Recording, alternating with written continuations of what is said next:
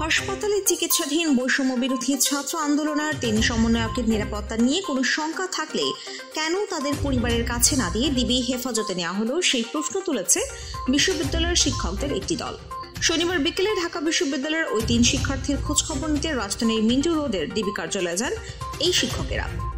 শুক্রবার নিরাপত্তাজনিত সমস্যা দেখিয়ে নাহিদ ইসলাম, আসিফ মাহমুদ ও আবু বাকের মজুমদারকে রাজধানীর গণস্বাস্থ্য নগর হাসপাতাল থেকে নিজেদের হেফাজতে নেয় ঢাকা মহানগর গোয়েন্দা পুলিশ ডিবি। এই শিক্ষকেরা বলেন, তুলে নিয়ে নির্যাতনের পর চিকিৎসাধীন অবস্থায় থাকা শিক্ষার্থীদের নিরাপত্তাজনিত কোনো বিষয় থাকলে পরিবারের কাছে না দিয়ে কেন ডিবি হেফাজতে নেওয়া হলো।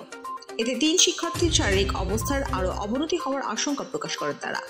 পাশাপাশি আন্দোলনের নেতৃত্ব দেওয়া এই ৩ সমন্বয়ককে দ্রুত পরিবারের কাছে ফিরিয়ে দেওয়ারও দাবি জানান শিক্ষকেরা।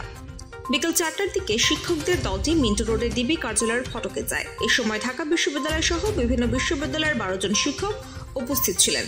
তারা বিশ্ববিদ্যালয় শিক্ষক নেটওয়ার্কের সদস্য। তারা ঢাকা মহানগর গোয়েন্দা পুলিশের অতিরিক্ত কমিশনার মোহাম্মদ হারুনুর রশিদের সঙ্গে সাক্ষাতের জন্য ভেতরে প্রবেশ করতে চান। তখন ডিবি কার্যালয়ের অভ্যর্থনার দায়িত্বে থাকা পুলিশ সদস্যরা অনুমতি লাগবে জানিয়ে শিক্ষকদের অপেক্ষা করতে বলেন। শিক্ষকেরা প্রায় ২০ মিনিট ডিবির ফটকে অপেক্ষারত ছিলেন। এরপর তাদের জানানো হয় মোহাম্মদ হারুনুর রশিদ একটি বৈঠকে আছে, এজন্য তিনি শিক্ষকদের সঙ্গে কথা বলতে পারবেন না। তখন শিক্ষকেরা ১০ মিনিটের জন্য হলেও যেন মোহাম্মদ হারুন তাদের সঙ্গে কথা বলেন সেই অনুরোধ জানান, কিন্তু ডিবির পক্ষ থেকে জানানো হয় তিনি এখনই বের হয়ে যাবেন, এজন্য কথা বলতে পারবেন না।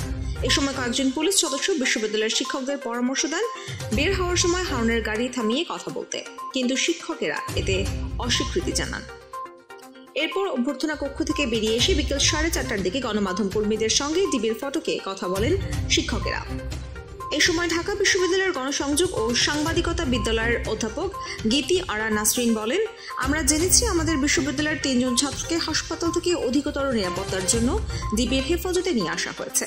হাসপাতাল থেকে তাদের এখানে আনা হলো কেন, এটা শুধু জানতেই আমরা এসেছিলাম। তখন এখানকার অফিসার প্রধান ভেতরেই ছিলেন এবং তাকে খবরও দেওয়া হয়েছে, কিন্তু তিনি আমাদের সঙ্গে দেখা করেননি।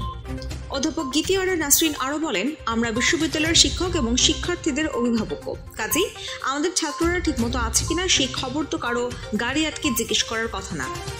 এই বিষয়গুলো খুব স্বচ্ছ হওয়ার কথা। তিনি কথা না বলে গাড়ি নিয়ে চলে গেছেন। ঢাকা বিশ্ববিদ্যালয়ের সমাজবিজ্ঞান বিভাগের সহযোগী অধ্যাপক সামিনা লুৎফা বলেন, আমরা আমাদের শিক্ষার্থীদের চিকিৎসা নিরাপত্তা সহ সব বিষয় নিয়ে উদ্বিগ্ন, এজন্যই আমরা খোঁজ নিতে এসেছি। শিক্ষার্থীদের কি নিরাপত্তার অভাব হলো? ডিবি শিক্ষার্থীদের তো আমাদের জিম্মাও দিতে পারত, কিন্তু তিনি আমাদের সঙ্গে দেখাই করলেন না।